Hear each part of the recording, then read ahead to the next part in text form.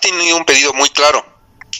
Queremos la renuncia de Arce y Choquehuanca. ¿Y qué pasa cuando renuncia el presidente y el vicepresidente? Asume Andrónico Rodríguez. Andrónico Rodríguez va a ser presidente del Senado. Septiembre y octubre se vuelven para Evo Morales los puntos de inflexión, los puntos finales para lograr su habilitación. En este plan maquiavélico y bastante poco democrático de Evo Morales es el cambio del gabinete y... Ministro, una primera consulta a propósito del mensaje de anoche del presidente Luis Arce, que no fue cualquier mensaje. La pregunta es, ¿por qué Luis Arce esta vez decide salirle al frente a Evo Morales? De manera directa, personal y frontal. ¿Por qué? ¿Hay un factor que está ya en el tope? ¿Hubo algún límite extremo? ¿Por qué Arce decide salir de esa manera, ministro? Lo escuchamos. Pedro Saúl, este es un año que tiene muchas elecciones. La primera elección en agenda es la del fiscal general. El fiscal general conduce la política criminal de un estado, va a estar el último año del presidente Arce y 5 años del próximo gobierno. Luego viene la elección del presidente de diputados y de senadores. Eso debería darse la última semana de octubre, los primeros días de noviembre. Y eso marca un punto de inflexión. Voy a volver a ese punto. La tercera elección es la de jueces. Los jueces que se eligen el 1 de diciembre, los magistrados van a estar el último año de Arce y los 5 años del próximo gobierno. No son temas menores los que está jugándose el país. Vuelvo al tema del presidente del Senado. Este pedido que hace algún sector aislado de Humasuyos, de la Tupac, de los Ponchos Rojos, ha tenido un pedido muy claro. Queremos la renuncia de Arce y Choquehuanca. ¿Y qué pasa cuando renuncia el presidente y el vicepresidente? 168 de la Constitución, el periodo del 2019 nos tiene la memoria aún latente de ese momento de la vida del país. Asume el presidente del Senado, asume Andrónico Rodríguez. Andrónico Rodríguez va a ser presidente del Senado si no es ratificado, si no es cambiado. Por lo tanto, septiembre y octubre se vuelven para Evo Morales los puntos de inflexión, los puntos finales para lograr su habilitación. Él está buscando su habilitación a cualquier costo. Ayer lo ha dicho en su programa, ayer ha estado con una situación de amenazas directas, y creo que lo que ha dicho durante la mañana, además de ser mentira, y todo lo que ha buscado convulsionar en el país con estas movilizaciones, muestran que solamente tiene un interés en él mismo, de buscar su reelección, y está imaginando un escenario ideal, un escenario en el cual Andrónico, ante la renuncia que están pidiendo de Arce y Choquehuanca, conduzca el país a las elecciones del próximo año, a las elecciones de agosto del próximo año. Te imaginarás que la primera medida que tomará Andrónico cuando asuma el gobierno, hipotéticamente en este plan maquiavélico y bastante poco democrático de Evo Morales, es el cambio del gabinete y la situación de Juan Ramón, de Romero y de varios de los políticos que están al lado de Evo Morales pasará nuevamente al plano ministerial y seguramente tendrán el mandato claro de habilitarlo Morales. Ese es el plan de Morales. Morales está buscando que se genere una desinstitucionalización en el país, que Andrónico conduzca la vida política del país en el próximo periodo que marca el 2025 con otras elecciones. Mira, este año ya está complicado. Al año tenemos la convocatoria para la elección nacional de presidente, de asamblea. Esto debería ocurrir la primera semana de abril, la última semana de marzo, para cumplir el calendario electoral. Hay pedidos todavía de primarias abiertas. Nosotros estamos planteando el referéndum al país, y tienes un escenario que no es un escenario fácil para los políticos bolivianos. Tienen varios de ellos que arreglar, solucionar sus diferencias internas. El movimiento al socialismo está en este momento con una situación en los tribunales, en el Supremo Electoral y en el Constitucional, que no permite vislumbrar una salida para las próximas semanas. Esperemos que el diálogo y la cordura imperen, pero en este momento hay un gran nivel de confrontación que está en tribunales. Lo mismo le pasa creemos, de Luis Fernando Camacho o al mismo FRI, que es el partido que le da personería a Carlos Mesa. Tienes un escenario difícil para todos los partidos. En ese escenario tan convulsionado, Evo Morales sabe que un año electoral no da para conflictividad. Habiendo estos hechos tan importantes, fiscal general, elecciones judiciales, elección del Senado, tienes un Evo Morales que está buscando la convulsión en el país en lo único que sabe hacer, causar luto, causar dolor a los más humildes. ¿Por qué no va a salir Evo Morales a enfrentar ningún conflicto? Sabemos la actitud de Evo Morales. Evo Morales se va del país cuando tiene un problema. Nos deja a los que tenemos que asumir consecuencias y responsabilidades en momentos críticos, como ha ocurrido con el presidente Arce o el vicepresidente Choquehuanca, que han estado acá el 2019 y el 2020 dando la cara frente a problemas como muchos otros militantes. Evo Morales se va. Evo Morales es bueno para crear problemas, pero no para solucionarlos. Ministro, esto es política, ¿no? Y todos sabemos que en política no hay puntada sin hilo y que detrás de bambalinas y mirando bajo el agua se encuentran las realidades. Le formulo esta otra pregunta, ministro. Luis Arce, por una convicción jurídica y constitucional, y no sé si por el país, considera, y ustedes como gobierno, consideran que Evo Morales no está habilitado para ser candidato presidencial, o es que más allá de eso, ministro, es peligroso que Morales sea presidente. Es peligroso, ¿por qué? Porque su gente ya ha amenazado que va a encarcelar a Arce, o por lo menos a su familia, a Arce, le han lanzado amenazas a sus ministros. Es decir, verlo sentado a Evo en la silla presidencial, uno se imagina una cacería de brujas despiadada, ¿no? A Arce y compañía. O sea, el trasfondo en este juego de la política, ¿cuál es? ¿Qué puede pensar uno, ministro? Mira, Pedro Saúl, nosotros tenemos claridad de que, voy a usar una frase muy dura, pero es la realidad. Ellos no están diciendo la verdad, no le están diciendo la verdad al país. Y te voy a poner dos ejemplos muy concretos, que tienen que ver con temas en el que está mintiéndole al país. El primero tiene que ver con el diputado Renán Cabezas. El diputado Renán Cabezas, al cual tú conoces, anunció que en 24 horas iba a presentar una denuncia contra el hijo de David Choquehuanca. Han pasado varios meses y no lo ha hecho. Todo lo que ha hablado del hijo de David Choquehuanca es una mentira, es una falacia, es algo que no es verdad, y que no ha tenido el valor de reconocer que se ha equivocado, que no ha visto bien los documentos y que ha sido engañado. Cabezas no va a presentar una acción contra el hijo de David Choquehuanca porque todo lo que ha dicho es mentira, pero sigue insistiendo en que habría un acto de corrupción de la familia de David Choquehuanca. Esta es una falacia total. Lo otro que dice permanentemente el diputado Arce es que los hijos de Luis Arce están siendo investigados, y no le dice al país que todos los casos han sido rechazados, que él no ha presentado impugnaciones, no ha presentado acciones constitucionales, no ha hecho nada porque no tiene ninguna prueba, no tiene ningún elemento de convicción jurídico. Él está en una actitud de generar confrontación, de generar violencia, de generar mentiras a partir de esta posibilidad que tienen los parlamentarios de mentir. Lo he dicho varias veces, los parlamentarios tienen derecho a mentir en Bolivia porque tienen por constitución una inmunidad grande, una inmunidad absoluta. Por eso te digo que yo no le tengo ninguna preocupación a lo que puedan decir Morales y sus ministros, que no han podido llevar ni siquiera el juicio de la masacre de Cobija en Pando.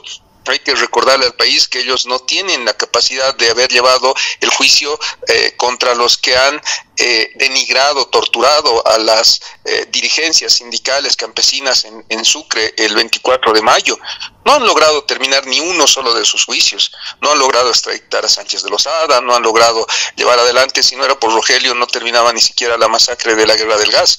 No tienen una capacidad jurídica de sostener sus afirmaciones. Ellos son un grupo de personas que no ha tenido la capacidad jurídica de lograr lo que hemos logrado en muchos casos en el país en los últimos años, lograr sentencias condenatorias, ejecutoriadas en el marco de un debido proceso. Asumiremos la defensa.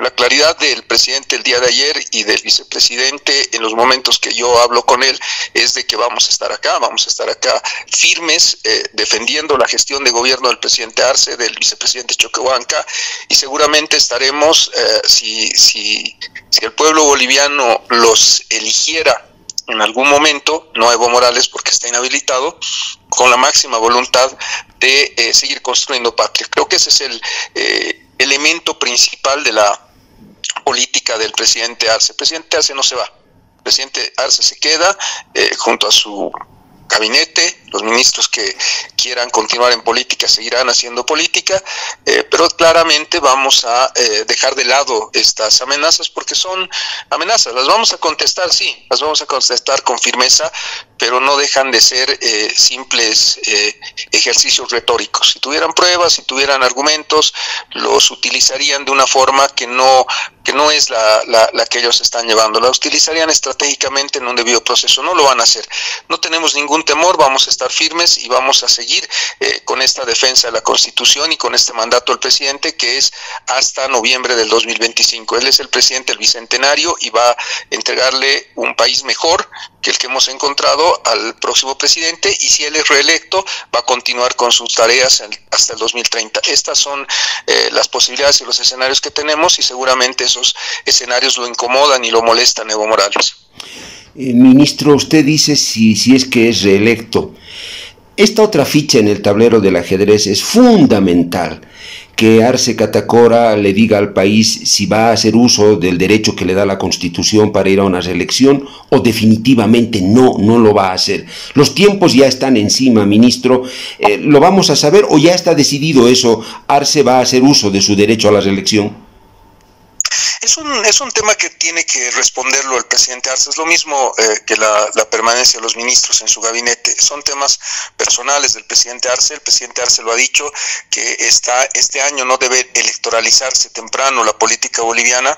Le habíamos planteado ese compromiso a Morales, que no politice, que no se lleve adelante un proceso temprano de electoralización, y definitivamente nosotros mantenemos ese compromiso con el país de estar al frente de las fuerzas antidemocráticas, de las fuerzas regresivas que quieren retroceder en el tiempo y volver a tiempos de capricho, tiempos de arbitrariedad, y también aquellas fuerzas políticas que no comprenden que Bolivia ha cambiado, que hay una nueva realidad, que tenemos una sociedad inclusiva con personas que tienen el derecho a hacer política, y no estos desvaríos de alguna diputada de que pretender privatizar empresas o de buscar retroceder en el tiempo antes del 2005. El país ha avanzado los últimos 20 años, hay mucho que reconocerle a Evo Morales, pero también hay que darle un nuevo mensaje de esperanza en este cambio de ciclo al país.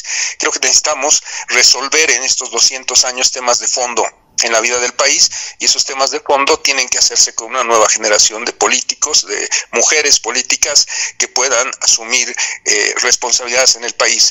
Es importante que en estos 200 años tengamos una mujer electa como presidenta del país. Espero lo más pronto posible, y esta situación en el país de reforma, de mejora, de esperanza es la que le ofrecemos al pueblo boliviano, a diferencia de esta otra visión de confrontación, de capricho y de imposición de voluntad. Planteamos el diálogo, planteamos la posibilidad de que el país avance en una línea constructiva en elecciones libres el próximo año. Garantizamos elecciones libres el próximo año, garantizamos que el próximo gobierno va a salir del voto de los bolivianos. Hay otras personas que quieren garantizarse ellos su participación y una elección al mando de Andrónico Rodríguez que no va a ser democrática. Ministro, muy brevecito, más allá de cuál fuera la circunstancia y el gobierno que llegara, Luis Arce Catacora y varios, o no sé si todos sus ministros, o por lo menos usted, no se van a ir de Bolivia, se van a quedar acá cual fuera la circunstancia. Definitivamente, esa es una de las cosas que me parece absurda, ¿no? Que Héctor Arce o Alberto Arizpe sean mis voceros. Me parece ya una locura de la desesperación que tienen ellos, ¿no? No puede ser que puedan ser los voceros de la ministra Marianela o del ministro de Justicia. Definitivamente, y ustedes lo conocen, los periodistas, y lo han tomado inmediatamente, pues yo sí hablo con ustedes, que era una mentira, era una total falacia. Lo mismo Marianela lo aclaró inmediatamente, y claramente situación de generarle incertidumbre al pueblo boliviano. Los ministros del presidente Arce van a estar con él, junto a él, el tiempo que lo determina. Es una decisión de Luis Arce, no de Evo Morales, y mucho menos de los diputados de Morales. Quien define quiénes trabajan con él como parte de su equipo es Luis Arce, y esa es una situación que no va a cambiar, más allá de las confrontaciones, de las discusiones y de la fuerza que tenemos varios de los ministros en defender nuestras ideas, que las hacemos con convicción y con los principios que tenemos, que pueden generar algún nivel de debate que pueda parecer fuerte. No hay ninguna posibilidad de que el ministro de Justicia, mi persona, se vaya del país. Este es el país en el que he vivido, en el que tengo a mi familia, en el que tengo a mis amigos, en el que voy a seguir trabajando como lo he hecho antes, 25 años como abogado, 4 años como ministro y luego en la función en la que pueda servir mejor a mi país. No tengo por qué irme. No he hecho nada malo y voy a asumir cualquier tema que se presente en representación mía o del presidente Arce. Eso ténganlo por seguro y ténganlo como una realidad que va a ocurrir siempre, ¿no? No vamos a dejar de lado jamás nuestros principios, y nuestros principios marcan el compromiso con el país. Nosotros hemos hecho nuestro mejor esfuerzo para llevar adelante una situación que es crítica en este momento en el mundo, con guerras, con una pandemia, con problemas que se han presentado y problemas que estamos llevando adelante con mucho esfuerzo. Lo que decíamos antes de la entrevista, Pedro Saúl, va a ser importante que el país conozca ese 90% de problemas que no les contamos. El país debe conocer el 10% de los problemas que tiene un gobierno, y algún momento lo vamos a tener que conversar en detalle y ampliamente, pero definitivamente la posición de Evo Morales desde el primer año de gobierno no ha sido la del jefe del partido que está gobernando, ha sido de la persona que quiere volver al poder a toda costa y que está dispuesto a bloquear en las calles, y a bloquear en el Parlamento y a bloquear la gestión. Ha habido actos de sabotaje, de amenaza y de posición caprichosa de Evo Morales. Evo Morales está con una posición política en este momento y está buscando en este tiempo, en estas 2 semanas, en los próximos días, generar confrontación y luto entre los bolivianos. No hay que permitírselo. Ministro, en el plano estrictamente jurídico, sin ningún apasionamiento político, ideológico ni radicalismo, Evo Morales ¿podría terminar preso? Es decir, hay una acción popular que se le ha concedido a Amílcar Barral, que la presentó contra Evo y otros por el tema de los bloqueos. La justicia exhortó a quienes impulsaban esto a no bloquear los caminos, y que señalaba que en todo caso el Ejecutivo deberá acudir a todas las instancias que tiene para hacer cumplir la ley.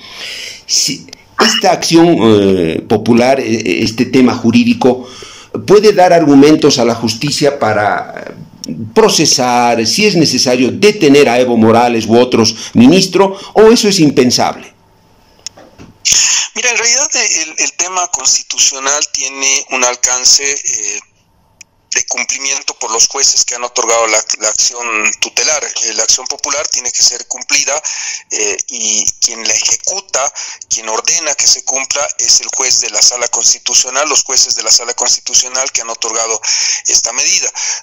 Yo en verdad veo que eso lo están confundiendo. Las acciones constitucionales no terminan con cárcel o con proceso penal. Hay que hacer cumplir, y la forma de hacer cumplir esas determinaciones es con multas, es con acciones de responsabilidad civil y con una serie de principios que hacen que tu decisión de la acción popular se cumpla. Eventualmente, cuando no se cumplen, el juez que conoce la acción popular tiene que remitir al Ministerio Público para que inicie un proceso penal de cero. Iniciado ese proceso penal, una de las medidas claramente posibles es la detención preventiva, pero es un tema largo, es un tema que tiene sus tiempos. Lo que no tiene tiempos, y es algo que tiene que actuar el Estado inmediatamente, es cuando un grupo armado sale a pedir la renuncia del presidente y el vicepresidente, como ha ocurrido con un grupo aislado de ciudadanos en Humazuy, que está pidiendo con armas muy antiguas que probablemente ni tengan uso, que habrá que investigarlas en el respectivo proceso penal, la renuncia de 2 autoridades que han sido elegidas por 5 años, cuyo mandato vence en noviembre del 2025. No existe la posibilidad de renuncia bajo amenaza. la renuncia bajo amenaza, la renuncia que te hacen con convulsión, con protesta y con afectar los derechos de los bolivianos, sí se entiende como alzamiento armado y es delito de orden público, y quienes sean los autores intelectuales y materiales de esos delitos van a tener que responderle ante la justicia. No es tolerable en un Estado de Derecho que se amenace violar la Constitución y se pretenda salir impune. Quien esté detrás de esas actitudes de confrontación y de violación a la Constitución tendrá que enfrentar los procesos penales inmediatamente. Pero los bloqueos de caminos, ministro, ¿en qué queda? Finalmente, ¿qué idea debemos tener los bolivianos? ¿Se puede hacer, no se puede hacer a partir de esta acción popular que ha sido concedida? Es decir, para todos, ¿se puede bloquear o no se puede bloquear? Mira, el derecho a la protesta social está garantizado en el país siempre y cuando no afecte el abastecimiento, la salud, el trabajo de los demás bolivianos. Tiene que haber un equilibrio entre la protesta social y el derecho que tienen los demás bolivianos de vivir en tranquilidad, de trabajar y de lograr conseguir sus objetivos de vida, su proyecto y su plan de vida. Esta situación ha sido claramente identificada no solamente por la Sala Constitucional, sino por la Comisión Interamericana de Derechos Humanos, por la Corte Interamericana de los Derechos Humanos, y ha dejado claridad de que no es admisible en un Estado de Derecho que la protesta social sea un derecho absoluto. Es un derecho absoluto la vida. Nadie puede afectar la vida de otra persona, pero hay derechos que tienen que tener un límite en el derecho de los demás ciudadanos. Y quien no cumple eso, claramente afecta sentencias, decisiones de la órbita constitucional que luego van a volverse decisiones de la justicia penal. No es admisible que puedas agravar la situación de los bolivianos en este momento, en una situación de crisis, de recuperación de nuestra economía con las acciones que se están tomando. Creo que eso es algo que tiene que ser objeto de investigación y de procesamiento claramente. Es muy diferente marchar sin ejercer una afectación a los derechos de los bolivianos o tener otras medidas que no afecten el derecho de los demás, y la otra, la confrontación, la búsqueda de violencia que pueda llevar a luto a la familia boliviana. Son dos formas de protesta social. La primera es legítima, la segunda es delictiva. En este caso ustedes ven un afán delictivo, ya sea que bloquee Morales o que bloqueen los ponchos rojos, ustedes ven ahí ya un componente delictivo.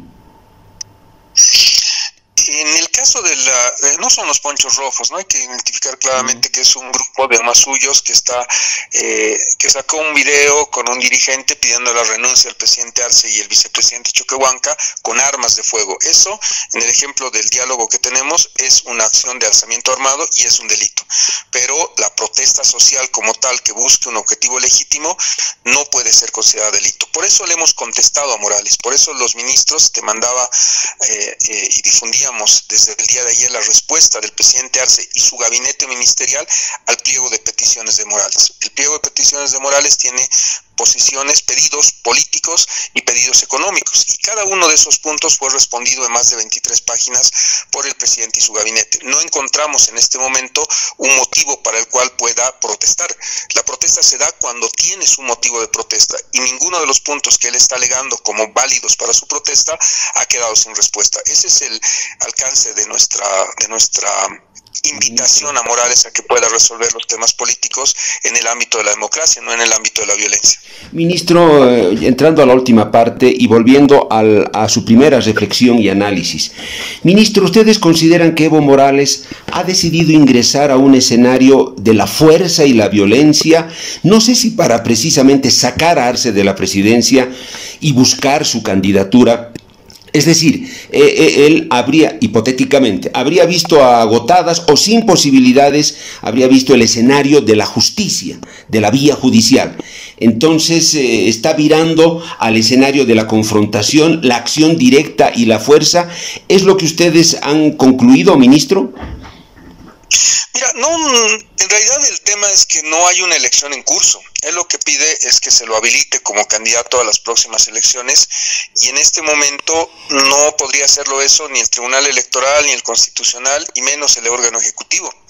Cuando se presenta un pedido de esta proporción, de esta magnitud, de habilíteme o déjeme participar en las elecciones, cuando no ha sacado la convocatoria el órgano electoral, ves la magnitud del planteamiento que hace Morales. Morales no puede ser candidato ni ningún boliviano porque no hay una convocatoria. La convocatoria saldrá la primera semana de abril del próximo año y en ese momento podrán inscribirse los candidatos de los diferentes partidos para participar en agosto de la contienda electoral. Hasta que no salga la convocatoria, su pedido es un pedido que no tiene sentido. Ministro, pero un detalle, una puntualización. Claro, usted dice que llegue el día de la elección y de la convocatoria y las inscripciones, pero el presidente Luis Arce y ustedes como gobierno, creo, claramente ya le han dicho a Evo Morales, usted no está habilitado. Por lo tanto, ni siquiera intente inscribirse, ni espere convocatoria, ni nada. Usted no está habilitado. Creo que la posición de ustedes como gobierno en ese sentido es clara, ministro. Sí, pero justamente te digo ahora que todos los ciudadanos, incluido Evo Morales, pueden acudir a las vías legales en el Tribunal Electoral y en el Tribunal Constitucional.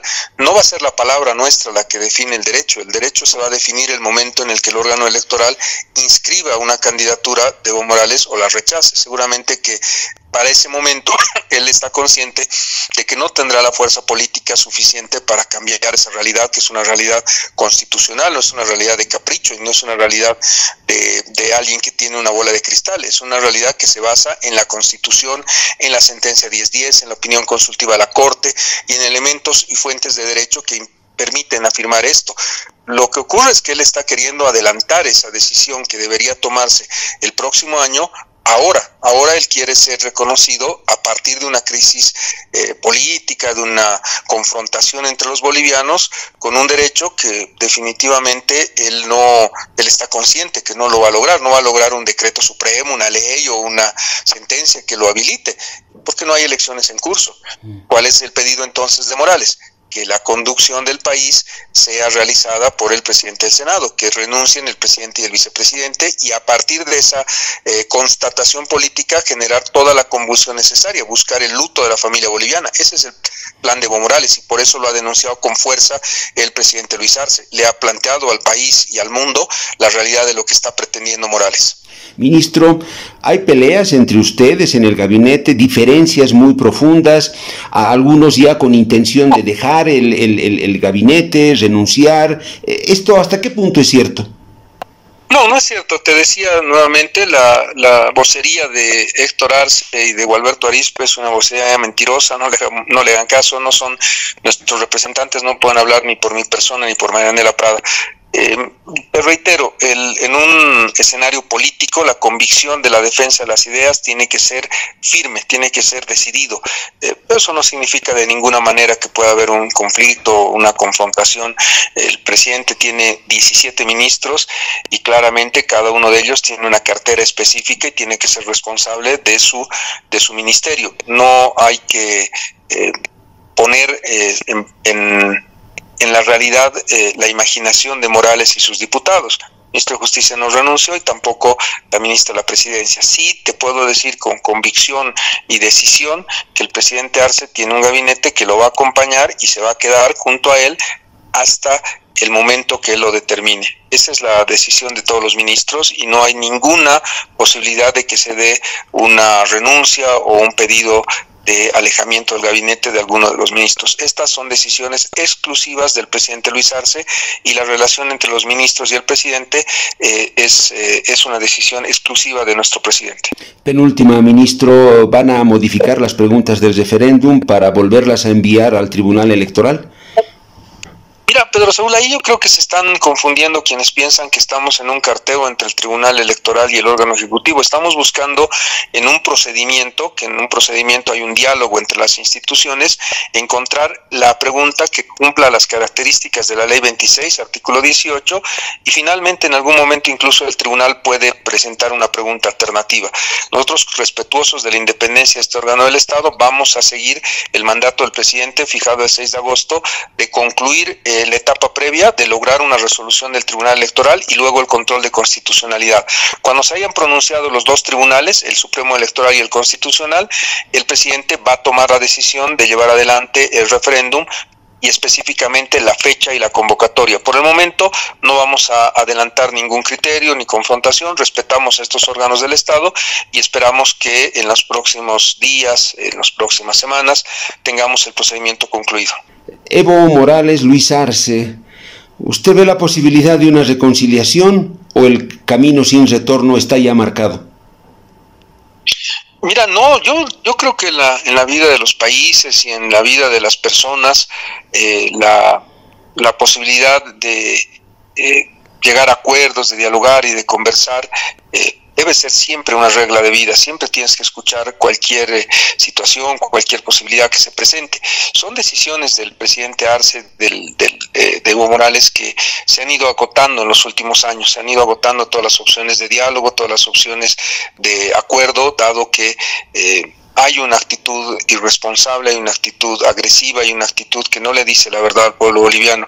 Claramente eso agota en algún momento y el presidente el día de ayer lo ha planteado con claridad. Él tiene que defender la Constitución, tiene que defender al pueblo boliviano, tiene que defender la estabilidad, y creo que ha marcado un punto de inflexión el día de ayer. La conferencia de prensa que hizo, la declaración junto al Pacto de Unidad, a las organizaciones sociales, muestra un camino que ya me parece a mí tiene una ruta que el tiempo va a ir marcando, ¿no? Este año, te decía al inicio de la entrevista, hay muchas elecciones. Al año tenemos el bicentenario y la elección nacional, y yo veo cada vez un espacio muy limitado para una posibilidad de diálogo. Sin embargo, el punto de inflexión en el Estatuto del MAS, el artículo 13 del Estatuto, dice que tiene que haber un acuerdo consensuado y debidamente acreditado entre las organizaciones sociales, que son las organizaciones que defiende este gobierno, y el instrumento político. Entonces, esta posibilidad de diálogo nunca debe ser rechazada y siempre debe ser buscada por todos los actores políticos. Ministro, le agradezco su tiempo, solo 2 minutitos. Esta cuestión de la ley, del proyecto de ley propuesto para los huérfanos de los feminicidios,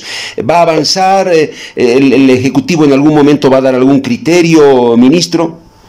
Claro que sí, Pedro Saúl, es un tema que está trabajando nuestra viceministra de Igualdad de Oportunidades, y definitivamente en los últimos años ha mejorado la investigación, el castigo y la sanción, pero las víctimas que quedan, los niños que quedan luego de un feminicidio, tienen que tener un respaldo de todos los niveles del Estado. Te planteaba que hemos presentado hace 2 semanas la política pública para reducir la cantidad de niños en hogares institucionalizados, protegerlos, cuidarlos y organizarnos como Estado en el uso de esos más de 50 millones de bolivianos, solamente en gastos que tenemos con estas instituciones que albergan a los huérfanos víctimas de un feminicidio. Y creo que hay que buscar una solución de familia ampliada, una solución estructural que permita que podamos tener a nuestros niños, al futuro de Bolivia, cuidados con sus familias. Lo ideal es que estén siempre con sus familias.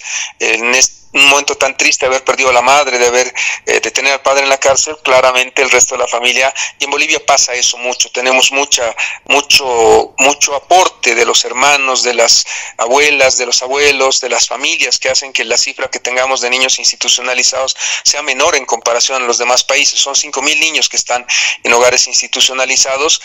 Debemos seguir avanzando. Estamos trabajando en ese proyecto de ley, pero también en esa política integral de que esos 5.000 niños que están actualmente en hogares de acogida tengan un futuro, tengan un apoyo del Estado y de la sociedad para cuando lleguen a los 18 años y tengan que salir al mundo, que no se encuentren solos. Creo que es muy importante ese punto que tocas, y claramente es en lo que el Estado tiene que gastar y no en otros temas que no son necesarios. Ministro, le agradezco mucho por su tiempo y solo le digo que sea hasta nuestro próximo diálogo. Saludos, Pedro Saúl, que tengan un buen día.